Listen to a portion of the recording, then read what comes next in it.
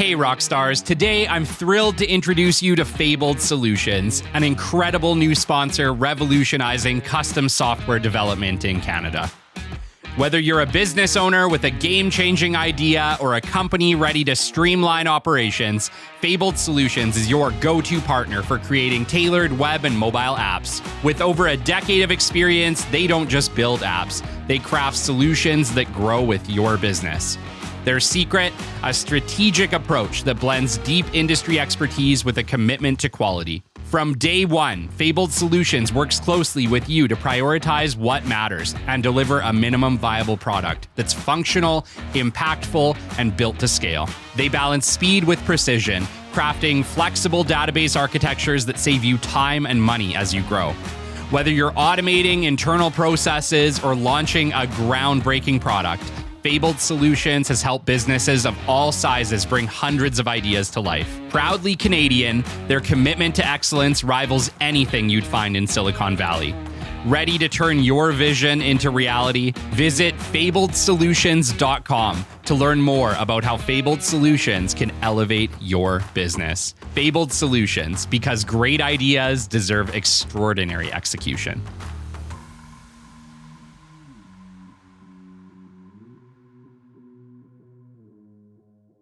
Welcome, everyone, to this truly special episode of the Business Development Podcast. Today, we're celebrating not one, not two, but three incredible milestones. We're celebrating the release of the podcast's 200th episode, the anniversary of my fiance, Kelly, founding Capital Business Development on December 3rd, 2020, and last but certainly not least, his birthday. And as if that's not enough excitement, it's also the birthday of our son. So this day is truly one to remember, and we hope you enjoy this discussion in this episode. The great Mark Cuban once said, "Business happens over years and years. Value is measured in the total upside of a business relationship, not by how much you squeezed out in any one deal." And we couldn't agree more. This is the Business Development Podcast, based in Edmonton, Alberta, Canada, and broadcasting to the world. You'll get expert business development advice, tips and experiences, and you'll hear interviews with business owners, CEOs, and business development reps. You'll get actionable advice on how to grow business. Brought to you by Capital Business Development, capitalbd.ca. Let's do it. Welcome to the Business Development Podcast. And now your expert host, Kelly Kennedy. Welcome, everyone, to this truly special episode of the Business Development Podcast. Today, we have not one, not two, but three incredible milestones to celebrate. The release of the podcast's 200th episode, the anniversary of my fiance founding Capital Business Development on December 3rd, 2020, and last but certainly not least, his birthday. And as if that's not enough excitement, it's also the birthday of our amazing son. So this is truly a day to remember. For those of you who don't know me, I'm Shelby, his partner in life, love, and chaos, and the lucky person he gets to come home to after a day of inspiring businesses and entrepreneurs around the world. I'm here today not just to celebrate him as a coach, a founder, and the voice behind this amazing podcast, but also as the incredible person I've had the privilege of building a life with. Since founding Capital Business Development in 2020, Kelly's dedicated himself to helping companies thrive. And in 2023, he expanded that mission by becoming a professional business development coach. His work has touched so many lives and businesses and people, but today it's all about shining a light on him and his story, his journey, his dreams, and yes, some of the behind the scenes chaos that got him here. So, my love, happy birthday, happy 200th episode, and happy Capital Business Development anniversary as well. Wow. Wow. It is super weird being introduced on your own show. I'm just gonna just gonna throw that out there. I appreciate it immensely though, babe. And yeah, like, the reality is couldn't have got this far without your support. So thank you. Well, you're welcome. And incidentally, it is also weird for me to be hosting your show. So it's backwards day all around. It's backwards day, but if you remember correctly, you were supposed to be the podcaster in this family. That's true.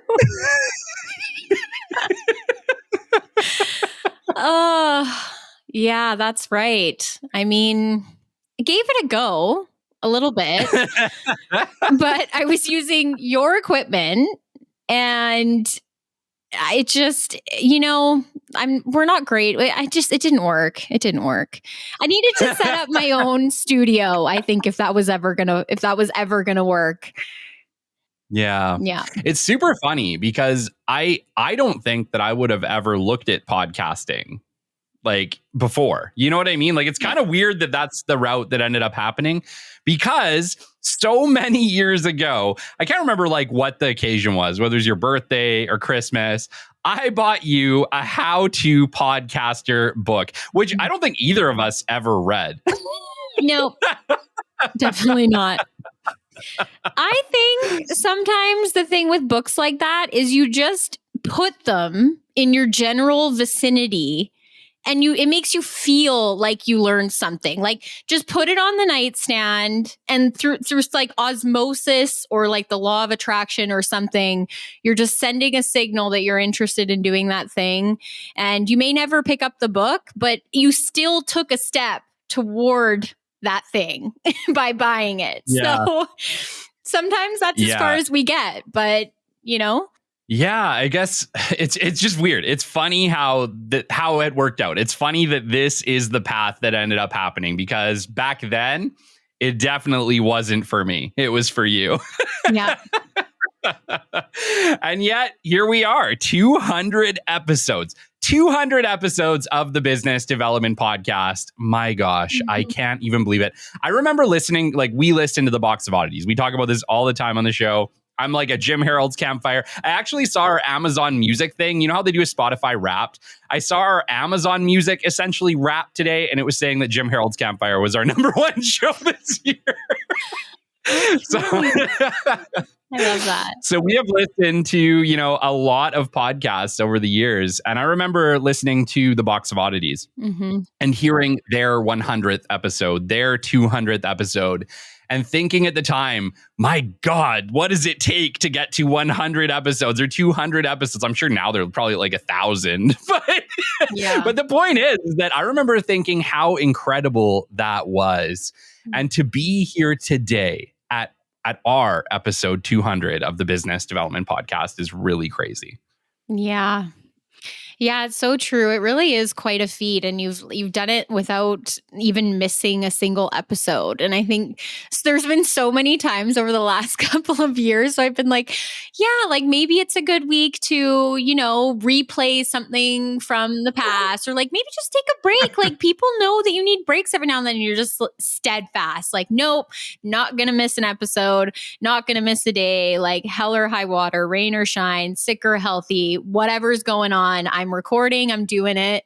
And it's been amazing. Like, you really have. You just keep showing up every day that you need to. It definitely hasn't been easy. And it hasn't been easy from the standpoint of, like you said, there's been days where I've been really sick. And yet I could barely talk. But you know what? I chugged the cough medicine. I got down here and I crushed it out because I'm like, okay, I can talk for 30 minutes. It's funny. Not even that long ago. Like, I want to say like a month ago, not even. I literally lost my voice. I lost my voice doing the Wednesday show of the Business Development Podcast. And right after it, I like basically couldn't talk. And it was just crazy. But you know what? We did it. We did it. Because the thing is, you commit to something and you do it. And, with me, it. If I commit to something, I do it, no matter what it is. Do you think that was a quality that you always had, that you've leaned into? Or do you think that that's been one of the outcomes of starting your own business or even starting this podcast? Like, how much of what you've done has actually changed who you were or changed who you are? And what were the pieces that did come along with you for the ride, like that were sort of innate, always who you were deep down, that have served you in this process? Yeah, I think that like determination is something I've always had. I think like at the end of the day, I want to succeed. Me and you both share that in common. We're both successful for that very reason. We just do it until we win. We hate losing. Both of us hate losing, like more than almost anything. That's why we can't play Monopoly together. Yes, it's a great quality and a horrible quality at times in the wrong scenarios. Yeah. But in business, and I think in commitment to each other and life, it has given us a lot of strength and a lot of determination and grit that gets you through the hard times. Mm-hmm. Yeah. So just being determined. Yeah, I definitely would agree with that. Do you think that anything about hosting the podcast or owning your own business has changed you? Like, what about you do you think has evolved or changed? Yeah, of course. I think when it's your own reward, it feels so much greater, if that makes sense, right? Like when I was an employee working for somebody else, I was always building somebody else's business, right? Now, even when I have success with capital and I'm helping build somebody else's business, I am also having success in my own business because that's what the job is. So there's like, it's twofold. You don't just get the reward from building somebody else's business and having success there, but you get the success of doing your own thing as well. And so absolutely, I think it has on that standpoint given me a reward that I'm not sure I could have found as an employee. Just made life in general more rewarding, or made your professional life more rewarding? Yeah, made my professional life more rewarding, right? Like obviously launching this show, trying to do business development and the podcast, and at the level that we've been doing it at, it's not easy. It has a lot of days where, I've come to you plenty of times. I'm like, babe, I don't want to do this today. Like it is what it is. I'm human. I have days where I don't feel like doing it, but that's not enough to hold me back from doing it. Yeah, absolutely. Yeah, you've had a lot of success. What do you think have been what's been some of your proudest moments along the way? You're at 200 episodes. Like when you look back, that's a lot of content. That's a lot of people you've had the privilege of meeting. And I guess I'm just curious, what are you really proud of as you look back on these 200 episodes? You know what? We've talked a lot about it. I think just the determination and showing up that it takes to do 200 episodes. Like if you look back at some of my proudest moments, some of my favorite shows, one of my favorite shows was the last show we did like this, our 100th episode show, right? Where I did it with you and Cole, and Cole was a major part in, the first 100 episodes or so of the show to really kind of help it get going. And I thought that I really enjoyed that show, to be honest. And I've had some pretty incredible interviews, but I love talking with you. You're my partner in life, my partner in crime. Most of the episodes of this show, me and you have spitballed on before I came down and recorded them many times. Many times we've gotten into fights about the challenges of the time it takes to do this damn show, plus the time it takes to run a business, right? It's not easy. I always say entrepreneurship is rewarding. It is not easy, but for the right person, it's exactly what you need to do.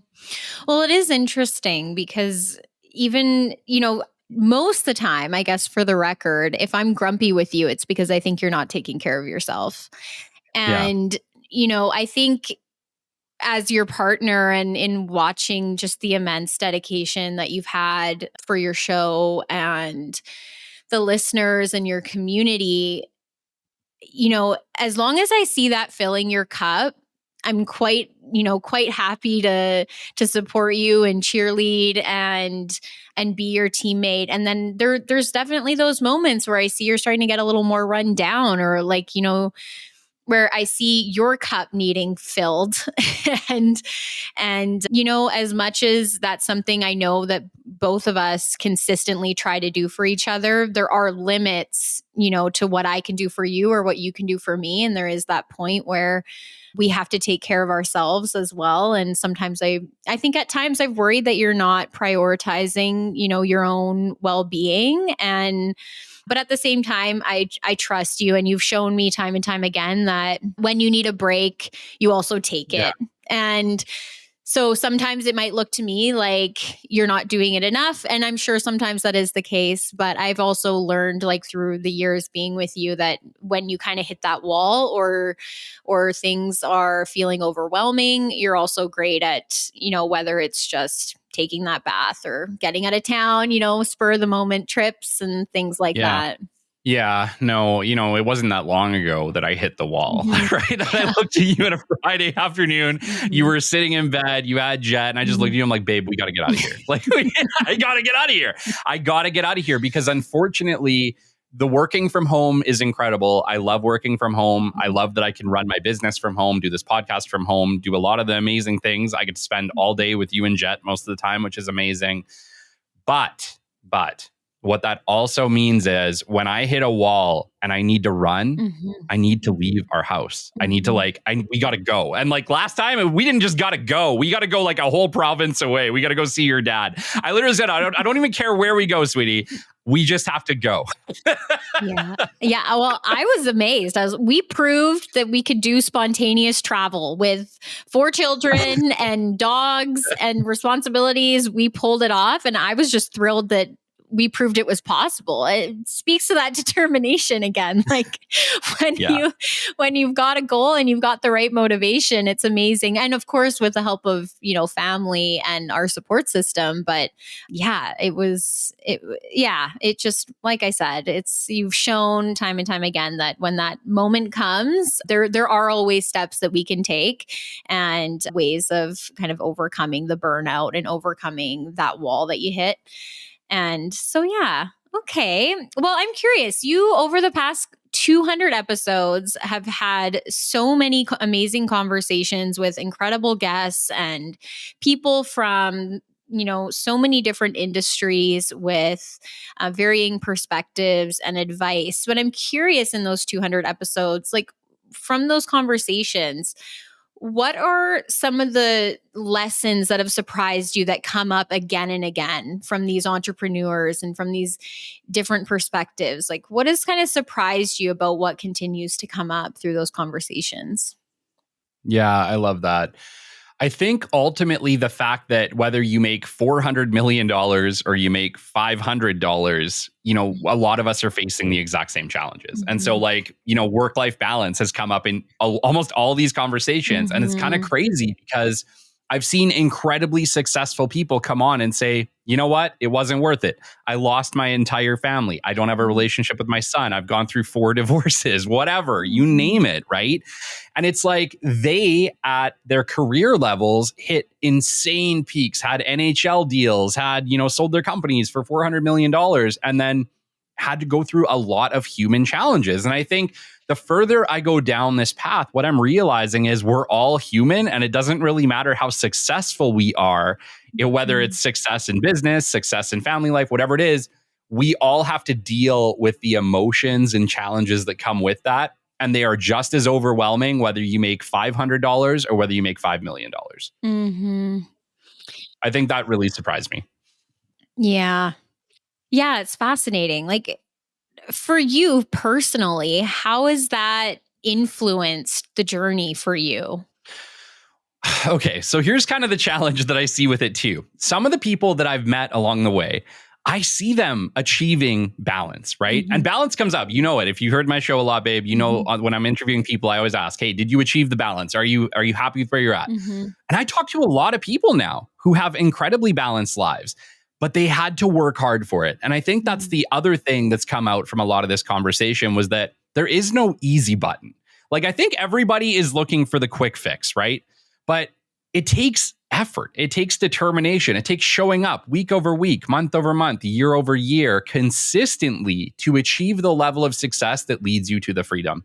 That's the other thing that I've seen in this show. And I've seen people that after 10 years, running their companies, they achieve it. Now I work 4 hours a day. Now I go on family vacations all the time. Now I have the means and the ability to get away from my job and enjoy life. But it's tough because for me, I'm seeing both sides. I'm seeing some people who've achieved epic success and went into deep depression. And I'm seeing other people who, went through a lot of slog, ran into challenge, but then eventually they hit that work-life balance point, right? And so for me, it's like, I feel like I'm stuck somewhere in the middle still, right?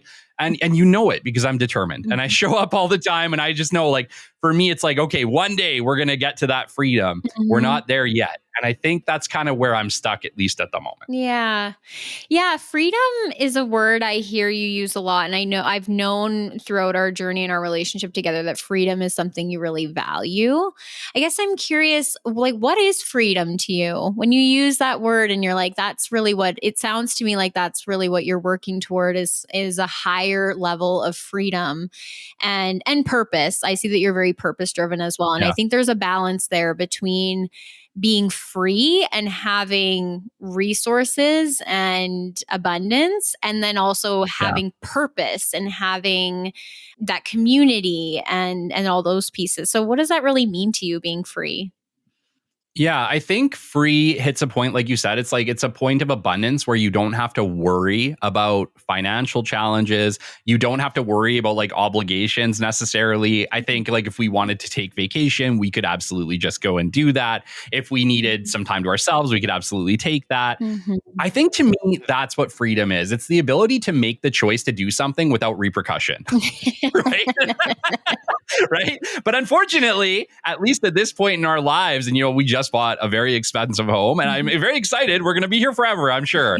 But it just adds a whole nother layer of obligation that you have to show up for all the time. Right. So I think for me, financial freedom is a key. It really is. And it's like the secret to success. And I don't think that there's a shortcut for anybody to get there. I think we just have to show up. We got to do things. And you talked about purpose as well. And like for me, one of the things that keeps me coming back to the show, you see how many people write out to this show about how it's helped them, how it's changed their lives, right? Like I couldn't have that level of impact without a show like this. Yeah. And so for me, it really is rewarding in that way too. Yeah.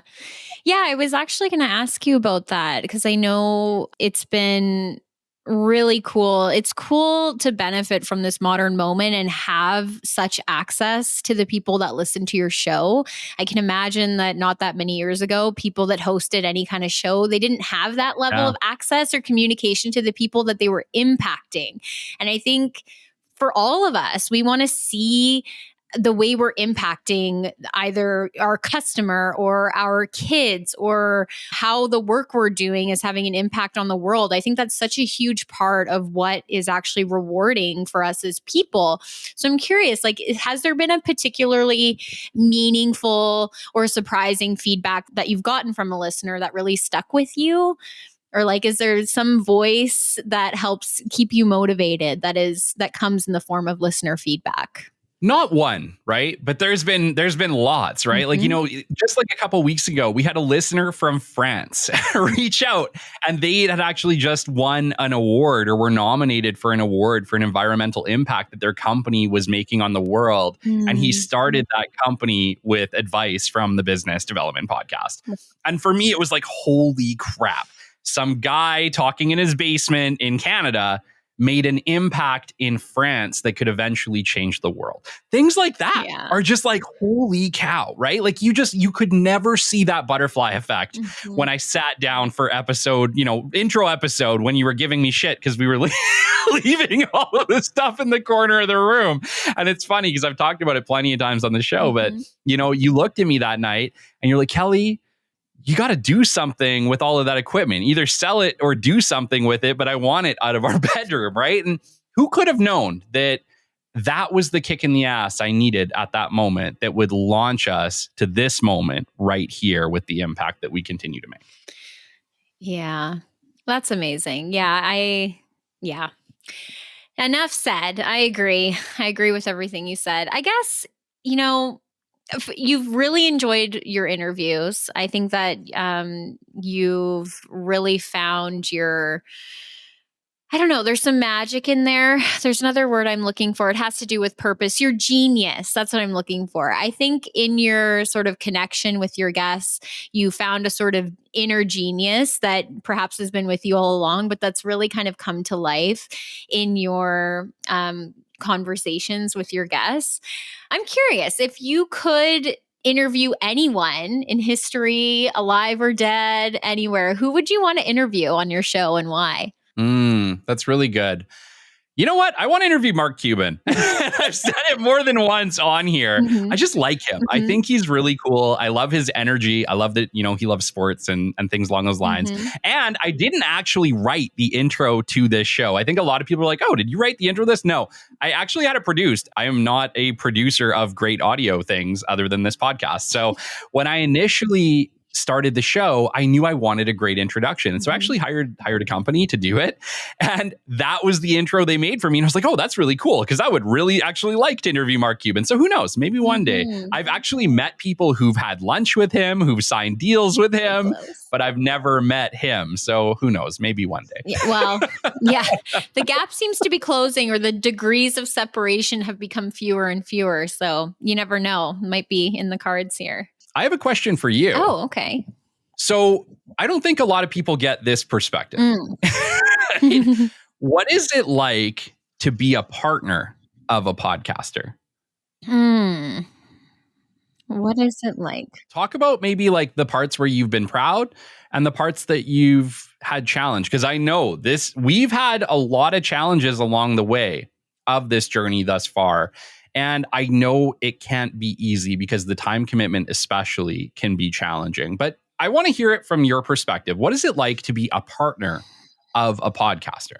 I mean, the first word that does come to mind for me is actually grateful. That might be surprising for you to hear. It shouldn't be, because I should tell you how grateful I am more often. But I mean, I have to be honest, like podcasting has certainly afforded us a lot. Although the time commitment is big, I have to also acknowledge the time it has afforded us for you to continue to find creative and fulfilling ways to work from home. I mean, the reality, like if I'm 10 years ago, Shelby, and I'm building my vision board and I'm thinking about, what's that ideal, beautiful future with my partner and my family and professionally. And I think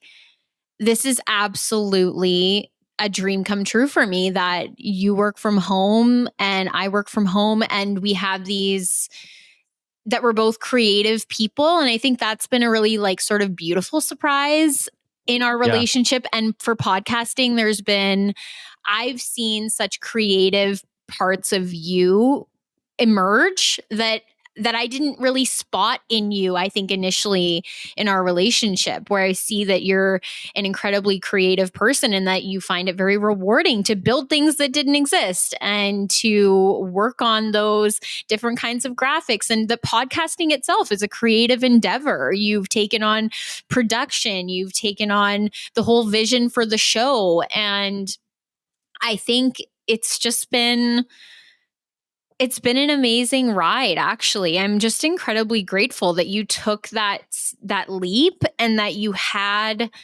the grit to stay in it long enough to start to see the rewards. Because I think a lot of people, they try podcasting, like even myself, they try it, but they don't do it long enough to experience the rewards or the benefits. And the learning curve is steep and it's challenging technically. It's challenging emotionally and creatively. It's taxing in that way. Like showing up every day on a microphone, on a platform with people listening, that's a taxing role to be in. So I think I'm just really, proud of you and grateful that you had what it took to stay in it so that we could start to see the benefits of it. Like, your production is now faster than ever. You've got, a flow and a rhythm with your shows where, sure, sometimes it's a late night. And I'm not going to lie, those late nights, they are tough, right? It's like that's where it starts to feel like more late night at the office kind of thing. You're downstairs, we're upstairs. Sure, we're both home, but we might as well not be both home. It's not like, there's no time being spent. But we have to take the good with the challenging. But yeah, the sort of overwhelming feeling that I have there is just a lot of like pride, like I'm proud of you, and then gratitude. And I think, yeah. Does that surprise you? I'm curious if that surprises you. I think a little bit, because I know we've had a lot of challenges with the time, and I get it. Like I've had plenty of nights from like, I wish I wasn't doing this editing right now, or I wish I didn't have to go back in and finish this up, or heck, even, when I'm feeling under the weather, I'm just like struggling with coming up with content. Because guys, for those of you listening who don't create content, it's not like it's all there all the time, right? Like, for instance, let's talk about the show I did last night. I literally had to go have a bath. I needed to chill out. I was just feeling really like overwhelmed, and I could not come up with the show plan for my Wednesday show. And it just wasn't coming to me. And sometimes that's just what happens. Like, it's just not always right there for you to pull a whole show out of. And it came to me, but I needed to chill out. I needed to take a step back. And I've had plenty of shows where that was the case. Like, I just wasn't in the writing mood. I wasn't like in that creative zone. And unfortunately, if you're not in the creative zone, I'm sure any writer will tell you, it's pretty hard to make it happen out of nothing. Yeah, absolutely. Yeah, I mean, I guess if I have to dig a little deeper into some of the more let's just like call them the human sort of primal fears that I've had along the way, like to dig into some of where I might have experienced some discomfort or some fear. I think certainly with you becoming more of a public figure, like I've wondered, I think everybody sort of wonders along the way, is it a good thing? Is it a not good thing? I mean, is having this spotlight on yourself and sort of by osmosis a little bit of our family or our relationship, like, is that a net positive or not? Sometimes it's incredibly challenging to know how to measure that part of it. But I can certainly see the rewarding aspects of that as well, in that you are certainly a great candidate and a great role model for taking on a position like that. And I would never want to stand in your way. But I guess if I'm being honest, I've certainly had my own anxieties about what it means for our relationship or our family if and when the podcast continues to grow and the opportunities that come your way continue to take different forms. Maybe it's more travel, maybe it's, more public facing opportunities, which is sort of the ideal trajectory, I think, for the podcast. And then it brings up the question, is that the ideal trajectory for our family or for our relationship? Yeah, I've wondered a lot of the same questions. Like, to be honest, I've thought about it all too, right? Yeah. And I think too, for a long time, I struggled with how much of my family life do I want to bring into my business podcast, right? Right. But it's so funny because it's like the further I go down this path, the further kind of go down like the social media path and sharing your information with the world, it starts to become, you almost have to share all of it. Like, you almost can't separate them, as weird as that is, because it starts to become really disingenuous and inauthentic if you are trying to separate your work life from your family, because especially in our case, it's so linked, right? Yeah. It is. And I have to give props to you, because the reality is you are the creative in our family. It's funny because like from behind the scenes, you really operate there, but like your ability to do amazing photography, your ability to do videos, your ability to create incredible stuff on like Adobe and like things along those lines, Photoshop. I had none of those skills. I still really have like none of those skills at the end of the day. You've created so much incredible stuff for the podcast. Hell, let's give you the big props for creating, our 100th episode poster, which had every guest for like 100. There's like 60 some guests or something like that. And you created this incredible poster for us. You Mm. created a video for that. Like you have done so much to Mm. help support this show that I can't do, that behind the scenes, you're the creative mastermind. I prefer shadow government. Shadow government. Sure. You're the shadow government behind the Business Development Podcast. And Mm. I never saw myself as a creative. Mm. Like, until I met you. I'm not Mm. sure that I could have really done this without you. So I think on the other hand, I have to give you props and I have to say thank you for your support, because I think you inspire me all the time. And you do inspire me all the time. Oh, thank you.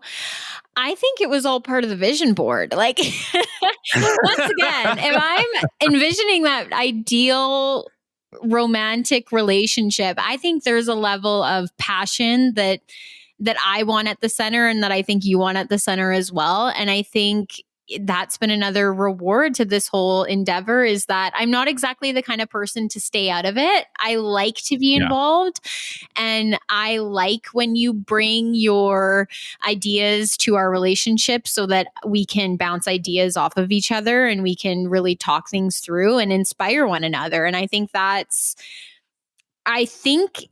it's actually been really important fuel for the success of our relationship. And over time, we've been able to really lean into it in a way that's been incredibly supportive through some of those challenging times. Like, yesterday may have been really tough because you worked late and it was a long day. And then today we spend an hour over lunch, in a invigorating conversation about what's next, and that becomes fuel. And I think that's been really exciting. So yeah, thank you. It's so funny. I look back to, I know a lot of people ask, how did this start? Like, how did this show start? And it's funny because, when it really started, do you remember sitting at Boston Pizza? Yeah, like two and a little bit years ago. And I pulled out my piece of paper and we were writing out our goals list for 2023. Do you remember that? Yeah, I do. And like somewhere in there, like 2 or 3 was YouTube channel, podcast, something front facing. Yeah. I had no idea. All I knew at the time was that we were avid podcast listeners. We have been since, we got together. And for me, long before that, and I'm sure for Shelby too. And so it was just one of those mediums that we just loved. And I think a lot of people were like, well, why don't you start a video show or whatever? It's like, because I don't watch video. I listen to podcasts. I listen to them in the car. I listen to them at bedtime. I listen to them in the bath. I listen to them everywhere. Like, that's what we do. And so for me, that's really the approach we took. And I'm thankful that it's the approach that we took, because I think I've grown so much from this experience too. Like, the opportunities that have come from this show, the coaching, the ability to inspire the world, the amazing friendships like Colin Harms, Deanna Keane, Rodney Lover, all these amazing sponsors and friends and clients that we've met along the way. Like, it all started because I picked up a microphone and talked to a wall. And so at a certain level, right? Like, you have to sometimes take that jump. And I was really scared. And I think there's still points where I'm like, what the hell am I doing? Like, obviously you're seeing me right now, challenge video. I'm trying to take clips. I'm trying to kind of go down that road because I see that as being the most authentic way to connect with people and inspire people as we move forward alongside this show. But I'm struggling with that medium because for me, it's brand new. And for me, it's not comfortable. And for me, I don't know what I'm doing with it yet. But I recognize too that like there was a time with this show that I didn't know any of those things, that I didn't know how to edit audio, that I didn't know what the hell I was doing. Do you remember when I had to switch from, what was Hindenburg? it? Do you remember when I had to do you remember when I had to switch from Hindenburg to Audition and like how like struggling that was for me?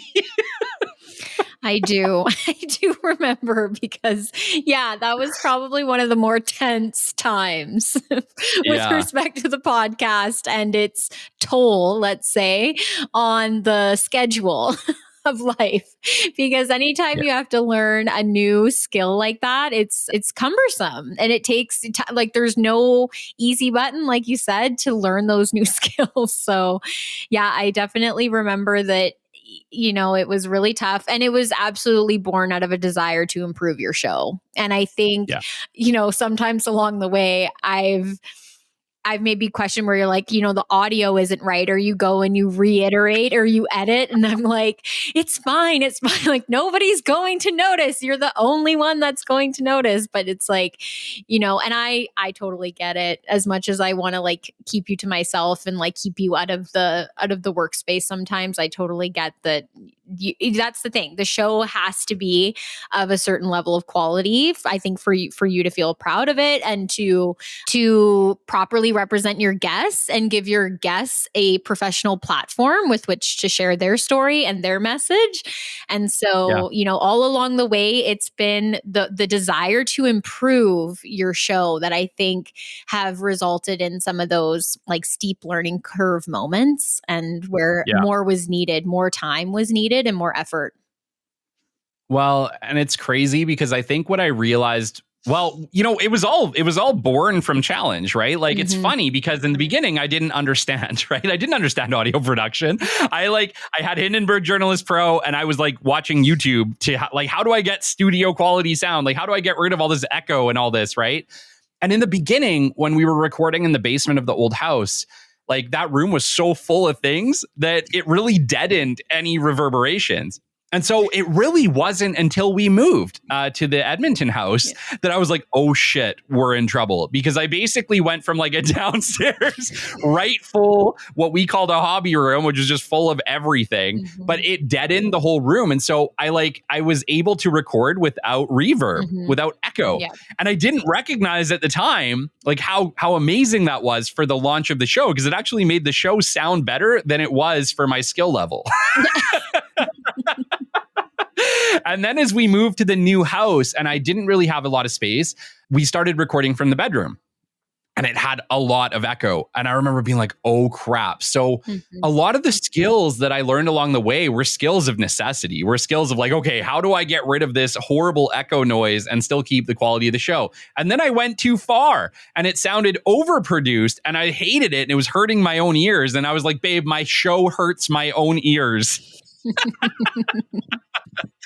But it's all, I've learned so much. Like, I've learned so much about audio editing and audio production. And I'm sure I still have a ton to learn. I'm sure if you put me in a room with an audio engineer, I'd still learn 1,000% more than I know today.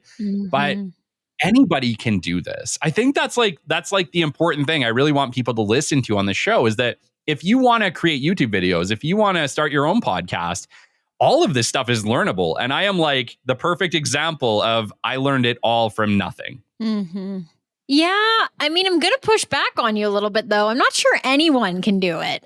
I mean, anyone can try it. I'm not sure anyone can actually stay in it. But maybe you might be right. I think it takes a certain kind of motivation for sure. Like you said, it's like the necessity is the father of invention or that kind of thing. Like, I think if it's what is next for that person and it really makes sense, because I think once you realize how much work it is, it's got to really make sense, because it's easy to underestimate the time involved.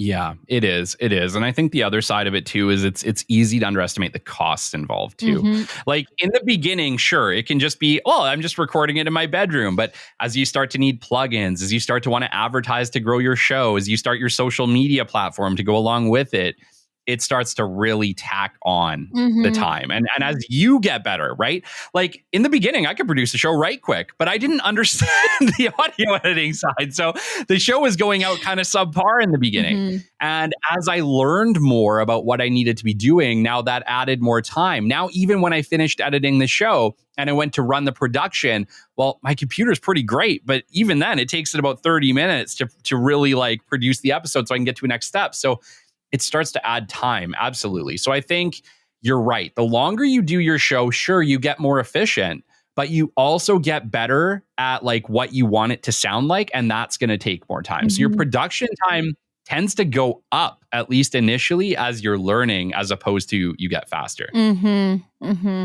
need to make a masterclass, a podcaster masterclass or something. Well, the other side to that was, and we've explored this multiple times, I produce my own show. I actually enjoy producing my own show. So I might be like, a rare case of that. I like the actual audio production process. I think I've gotten pretty good at it. Unfortunately, I'll probably over edit now as opposed to under edit like I used to. But the cost of audio production, if you want to outsource this, is really prohibitive, unfortunately. True. So unless your show is making a lot of money, which many are not, producing your show doesn't make sense. It's too much of a hit. Just to give you an idea, $400 an episode was kind of the running price as of, December 2024. So it's a lot, right? Especially if you want to produce 2 episodes a week. Well, $800 a week, I can't stomach that. And neither can probably 99% of podcasters. Right. Well, So it becomes something that unless you're willing to throw a whole bunch of money at it, you have to learn those skills. yeah, absolutely. I'm curious about something because one thing I've observed about you as well is that you seem to have a much quieter or friendlier inner critic than I do. And I think one of the things that people run into with something like, being a content creator or starting a podcast or starting anything where they've got to put their face out there, have a level of courage that can really push the comfort zone.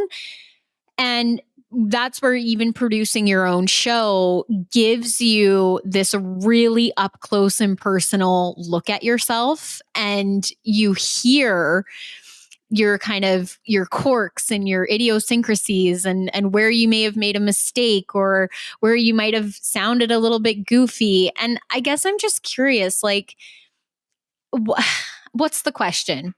I've observed you have a kinder or quieter inner critic. How did that happen? Teach me your ways. That's the question. Like, well, I have a really great mom. let's talk about your mom. Like, you know what? Yes, we need to talk about how friggin' amazing your mom is. I think we should spend the whole last 20 minutes just talking about Bonnie. Yeah, mom's always been super encouraging, right? And I think, yeah, sure, we all have that inner critic, but I think the end of the day, you can't let it hold you back. You really can't. You got to just kind of push forward. And I think the thing with content creation is that we can definitely over criticize and over analyze ourselves in a way that the public never will. And episode 3, and I talked about it on the show, was an episode I really struggled with. I think I made a lot of mistakes in it, like you were saying, while I was recording. Yeah. And maybe I just wasn't feeling good that day. God knows. But episode 3, I struggled with. And I almost didn't release it. But I remember then just thinking, Kelly, you're going to have shows you don't like. There's going to be things that you're not super pumped about. But what's more important is just keeping going. Like, it's like at a certain level, you're better off to keep the momentum than you are to stop. So regardless of how you feel about that video or that podcast episode or whatever it is, at a certain level, just say, hey, you know what? Whatever. We're going to forget about that one and we're going to keep going because the next one can be better. And in my case, that's exactly what's happened, right? The shows that were... I'm sorry, I'm getting excited because I want to say, like, who is that voice? Like, I hear you do that a lot where you're like, Kelly, and you talk to yourself like this loving advisor. Like, you have this kindness with yourself that's compassionate and like makes space for error and says, you know what, it wasn't the greatest this time. It's going to be better next time. Like, who is that voice for you? I don't know. I don't know. I've just, it's always been there. Right. And, let's call it God. Yeah. Why not? I'm religious at the end of the day, right? I believe in a higher power. Do I know what it all is? Nope. But a lot of things have happened in very interesting ways that for me leaves no question. And whenever I'm struggling, a little prayer makes all the difference. And I've had plenty of times before I started this show where I just said, God, help me produce a good show. Like, help me to do this because I'm not feeling it today. Yeah. And it's worked out. And, mom's really religious. I'm not like a church going religious person, but I definitely believe in God. I believe in a higher power. And when I need help, I pray. And I think it can make all the difference in the world.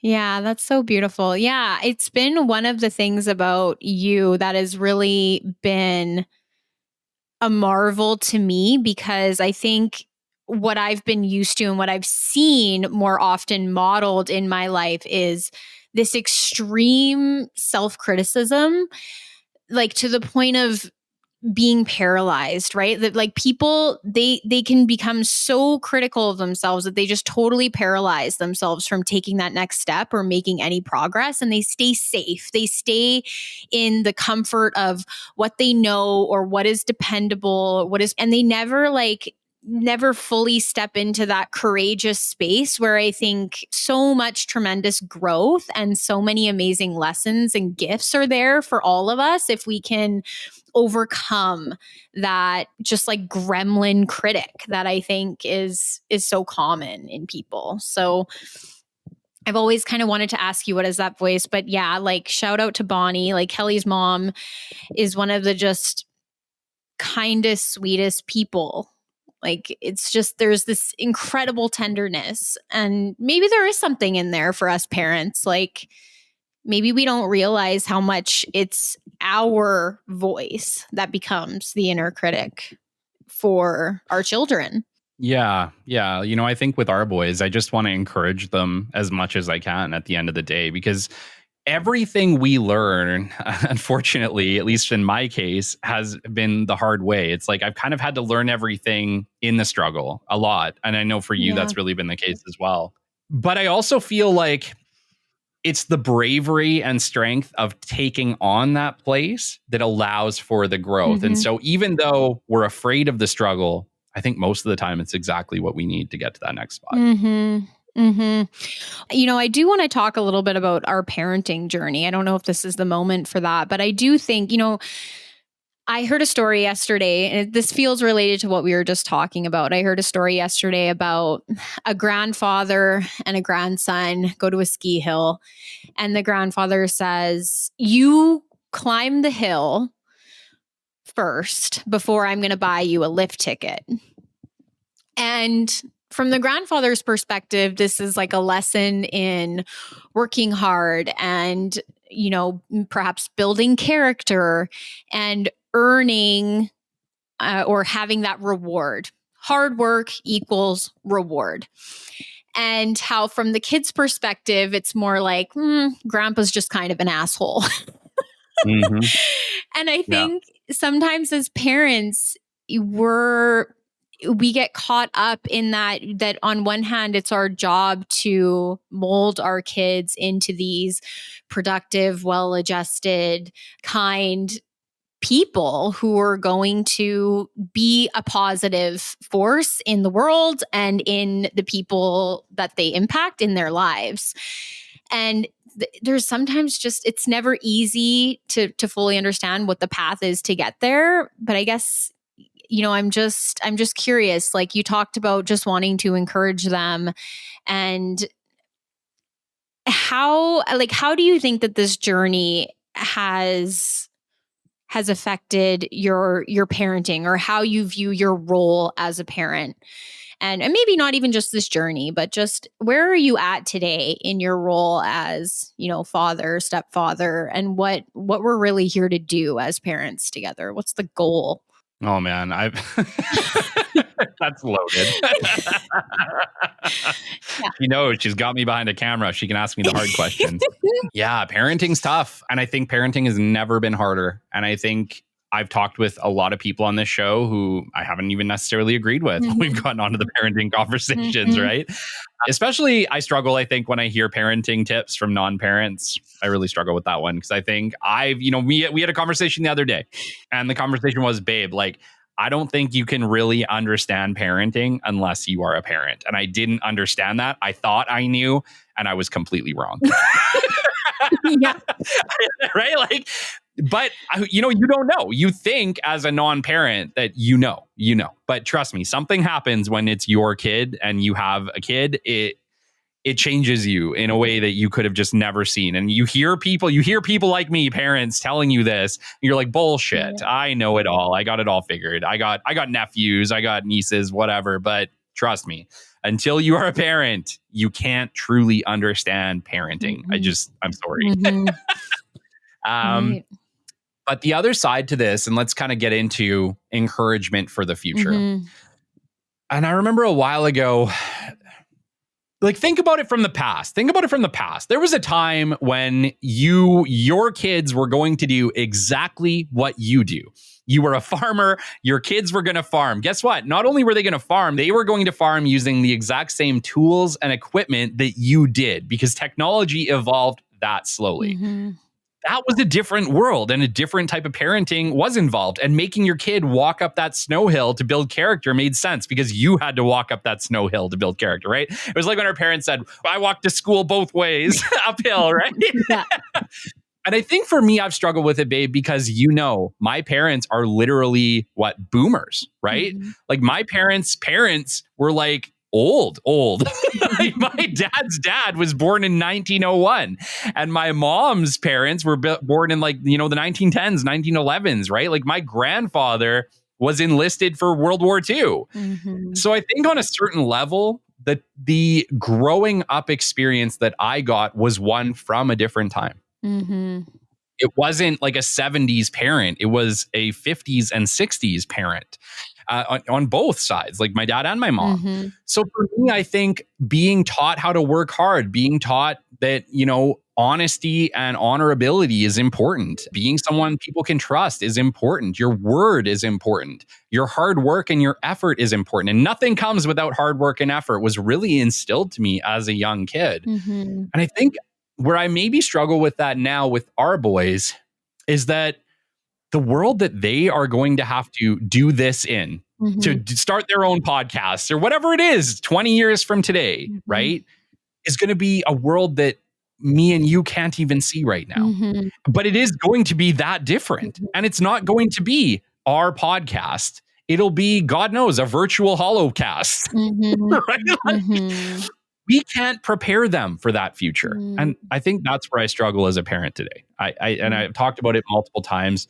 And I don't know. I think maybe just encouraging them to ultimately keep trying new things. Don't be afraid. Obviously, we talk about this with Fortnite. Our oldest son, he loves Fortnite, and we struggle immensely with it because I feel like it's a gigantic waste of time. But he thinks one day he'll be a YouTuber, and who knows? Maybe he will, right? Mm-hmm. Like, who are we Mm-hmm. to know? Mm-hmm. But right now, it's like, God, I wish he would just learn some skills that aren't Fortnite. Mm-hmm. Right? Mm-hmm. Yeah. Yeah. And find other ways of experiencing confidence. And yeah, that I think that's been such a big piece, has been where he finds a sense of perhaps freedom and expression, but also confidence in himself and his ability. I think a lot of the answer was actually in your answer, where when we focus on the principles and the values as opposed to the how, like as opposed to the what, like what we're talking about, like focusing on something like integrity and honesty, being somebody that others can rely on, being somebody who is authentic and expresses themselves authentically, that maybe it's really the best thing that we could do for them is to focus on modeling values like that. And that probably most of the time we're doing most of our parenting when we don't mean to be. And that it sort of happens by accident, that as much as you want to be intentional and find all of the intentional lessons and find those teachable moments, they're probably doing most of their learning when we're not paying attention, when we're just being who we are and showing them the way as opposed to getting on a soapbox and telling them the way. Yeah. I think I hope that one day they look back at this time and they remember that dad was in the podcast studio and mom was working hard on the computer and that's what it took to succeed. And that's, I kind of hope a little bit like them seeing this helps them with their future at some point, right? Mm-hmm.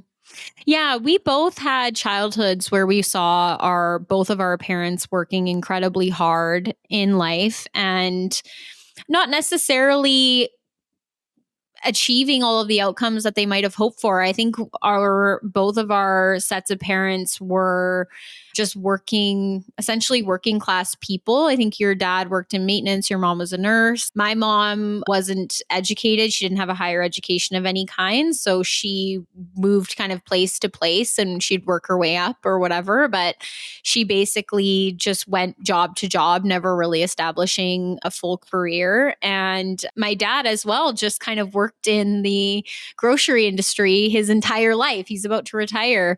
And in all of that, it's interesting because I think we did learn the value of hard work, and that's certainly been instilled in both of us, but also in a sort of unconventional way, not necessarily the typical path of go to school, higher education, degree, career. That's not what was modeled to us. And I think that's part of why we each have a sort of entrepreneurial spirit, or maybe a more creative way of approaching what we do professionally, which I'm hoping will be a benefit to our kids because it's showing them an alternative way. I think, you asked earlier about like some of the trends that I've seen on this show. Mm-hmm. And a lot of the really successful people and like incredible people I've interviewed on this show who went on to start really big, incredible companies and do good things, they came from entrepreneurial families themselves. Mm-hmm. So I do think it does rub off. I think it really does. That spirit, that entrepreneurial spirit, it does rub off on them. Mm-hmm. As our conversation kind of rounds out here, we've managed to talk for an hour. Which is pretty good. I guess I'm curious, like, what's next? Either for you, like for Kelly Kennedy, what's on your list, or what's next for the podcast? Like, just what are some of the things you're dreaming of these days and hoping for yourself in the show? Yeah, I think I just want to keep going. Right? Like, I think, like I said, it's all about momentum, and you just have to be ready to say yes to what's next. I think, you're seeing me step into video. Mm-hmm. 2025 for us is going to be a year of video. That doesn't necessarily mean a year of video podcast, but it does mean a year of seeing Kelly popping up on videos here and there, mm-hmm. on the show and on YouTube and on Instagram and on LinkedIn, right? Mm-hmm. I think at the end of the day, I just want to continue to inspire people to start businesses. I hopefully want to inspire more podcasters. I've had a lot of podcasts start from guests of this show, which has been pretty cool. Mm-hmm. So I hope that we can continue that trend. And at the end of the day, babe, I just want to make a difference. I want to help as many people as we can. And I think by continuing to show up here, give business development advice, interview incredible people, and educate and inspire, we can do that. Absolutely. Yeah, it's legacy work too. Everything you're doing, it's still going to be around, presumably, like 50 years from now. So kind of projecting yourself that far out into the future. And I'm somebody and I come across your show 50 years from now. I mean, what are you hoping that listeners take away from your show, whether it's today or 50 years from now? Like, what do you really want your listeners to get from it? I think at the end of the day, I want them to feel like they can do it, right? Mm-hmm. I don't want people to think I don't have an education, I don't have this and that, I can't do this, I can't start a business, I can't grow a business. The funny thing is, if you follow business development principles, if you believe in yourself, you can do almost anything you want. And I think at the end of the day, if we're able to educate and inspire people in that way, 50 years from now, my gosh, it'll be an honor. Mm-hmm. Amazing. It's like squash the inner critic. That's really what it sounds like. And I think you're a fantastic role model for that. And it kind of comes back to like parents, encourage your kids. Like if it's Fortnite, if it's, dance, if it's art, whatever it is, I think it really is our job to do what we can to make sure they don't end up with that unruly inner critic that's frankly going to get in their way every step of their journey. And so, yeah, I think that's kind of our theme for today, which is awesome. I think that's so you. That is so you. Yeah, it's crazy. It's been a journey. And, before we wrap it up, babe, I also just want to talk to our listeners and, our sponsors. We're going to have a lot of people who listen to this particular show. And I just want to say to my rock stars out there, to my incredible, incredible sponsors, to the friends that have come through the show, Thank you so much for believing in me. Thank you for helping this show get to this point. It could not have gotten to this point if you wouldn't have supported it, if you wouldn't have got behind it. As you can see, you're not just helping me and the whole business community, but you're helping Shelby, you're helping my boys, you're helping my family. And I'm incredibly and eternally grateful. Yeah, absolutely. Sorry, I don't know if I can add anything to that. Yes. Thank you. Well, I think that takes us to the end today, babe. Yeah, it's been an amazing journey. And I guess here's to the next, hopefully 200 episodes of the Business Development Podcast and Kelly Kennedy. And yeah. I didn't write an outro, okay? Well, lucky for you, it's the same outro every time. Right. Until next time, this has been episode 200 of the Business Development Podcast. And we will catch you on the flip side. This has been the Business Development Podcast with Kelly Kennedy.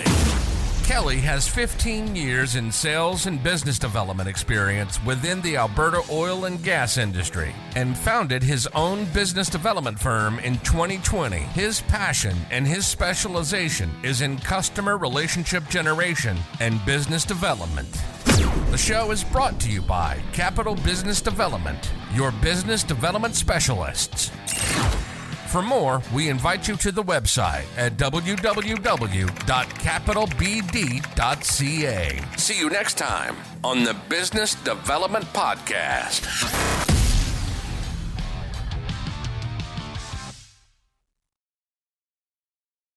rock stars. Let's dive into something game-changing. Hypervac Technologies, leaders in air duct cleaning innovation. Did you know that they started as a small family-run cleaning business in southern Alberta back in the 1980s? That's right. They've walked in your shoes and understand exactly what you need to succeed.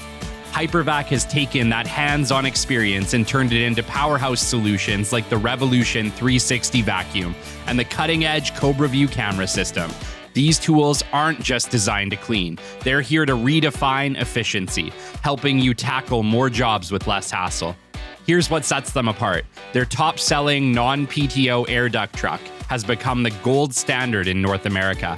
Add to that immediate worldwide shipping, overnight freight to Canada and the USA, and every product being built right here in North America, well, you've got a partner who's invested in your success.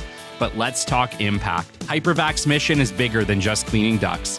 It's about making every breath count because, as they say, your ducts are your lungs. With over 40 years of industry excellence, they're the trusted choice for professionals around the globe. So whether you're looking to upgrade your equipment or start the next big chapter in your business, Hypervac has your back. Head over to www.hypervac.com to see how they're helping pros like you take the industry by storm.